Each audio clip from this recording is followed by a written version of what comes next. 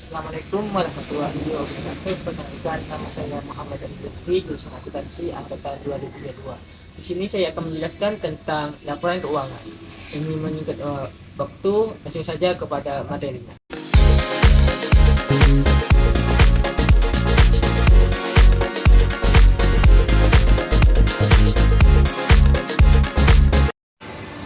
Di sini ada laporan keuangan. Apa itu laporan keuangan? Laporan keuangan adalah laporan yang menyajikan informasi keuangan suatu entitas, bisnis atau organisasi selama periode tertentu. Laporan keuangan umumnya disusun oleh perusahaan atau organisasi untuk memberikan gambaran tentang kinerja keuangan mereka kepada para pemangku kepentingan seperti pemilik investor, karyawan, kreditor, dan pihak terkait lainnya. Selanjutnya ada fungsi laporan keuangan, di mana yang pertama itu menyajikan informasi keuangan, yang kedua untuk mengambil keputusan, yang ketiga transparansi dan akuntabilitas, yang keempat itu untuk mengevaluasi kinerja, yang kelima sebagai perencana keuangan. Selanjutnya ada jenis laporan keuangan. Yang pertama yaitu laporan laba rugi atau income statement. Laporan ini menunjukkan pendapatan seperti atau hasil penjualan dan penerimaan lainnya, serta biaya seperti biaya produksi, gaji, beban operasional, dan lain-lain selama periode tertentu. Selisih antara pendapatan dan biaya penghasilan, laba bersih atau rugi bersih. Yang kedua yaitu ada neraca atau balance sheet. Neraca menyajikan posisi keuangan perusahaan pada akhir periode tertentu. Ini mencakup aset atau harta, kewajiban atau utang, dan ekuitas atau modal perusahaan. Neraca menunjukkan apa yang dimiliki oleh perusahaan atau aset yang biasa kita sebut aset, berapa banyak yang mereka hutangkan yaitu kewajiban, dan seberapa besar ekuitas pemilik dalam bisnis. Yang ketiga yaitu ada laporan arus kas yang biasa kita sebut dengan statement of cash flow.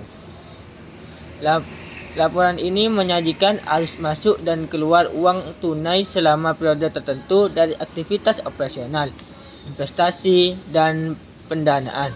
Laporan arus kas memberikan gambaran tentang kemampuan perusahaan dalam menghasilkan uang tunai dan penggunaan dalam kegiatan operasional dan investasi.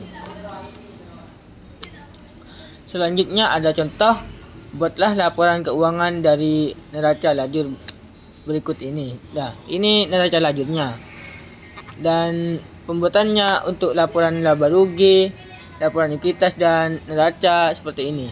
Yang pertama yaitu pada PT ABC laporan laba atau rugi pada 30 Desember 2022. Pendapatan di sini diperoleh dari ekuitas yang dari neraca lajur yang tadi, dan beban-beban juga diperoleh dari neraca lajur yang tadi. Jadi untuk menentukan, beban-beban ditambahkan hingga menghasilkan total beban. Dari sini pendapatan ditambah dikurangi oleh total beban, maka hasilnya laba bersih yaitu sebesar 689.565.004 rupiah. Selanjutnya pergi ke laporan ekuitas, di mana modal pada tanggal 1 Januari 2022 diperoleh dari neraca lajur. Untuk laba bersihnya mengambil dari laporan laba rugi, sehingga di sini bertambah modal sebesar yaitu 1.159.565.004 rupiah. Seterusnya ada neraca. Pada periode 31 Desember 2022 Neraca itu terbagi menjadi dua, yaitu aset, kewajiban, dan modal. Di mana aset ini dari kas, sewa di muka, perlengkapan, peralatan, akumulasi penyusunan peralatan diperoleh dari neraca lajur. Untuk kewajiban dan modal itu sama juga diperoleh dari neraca lajur. Tapi modelnya ini mengambil dari laporan ekuitas.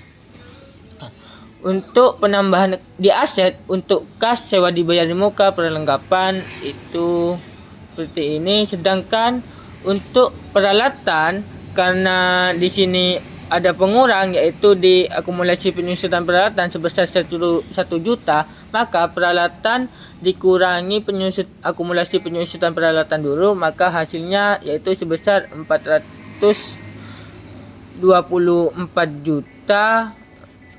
24 juta.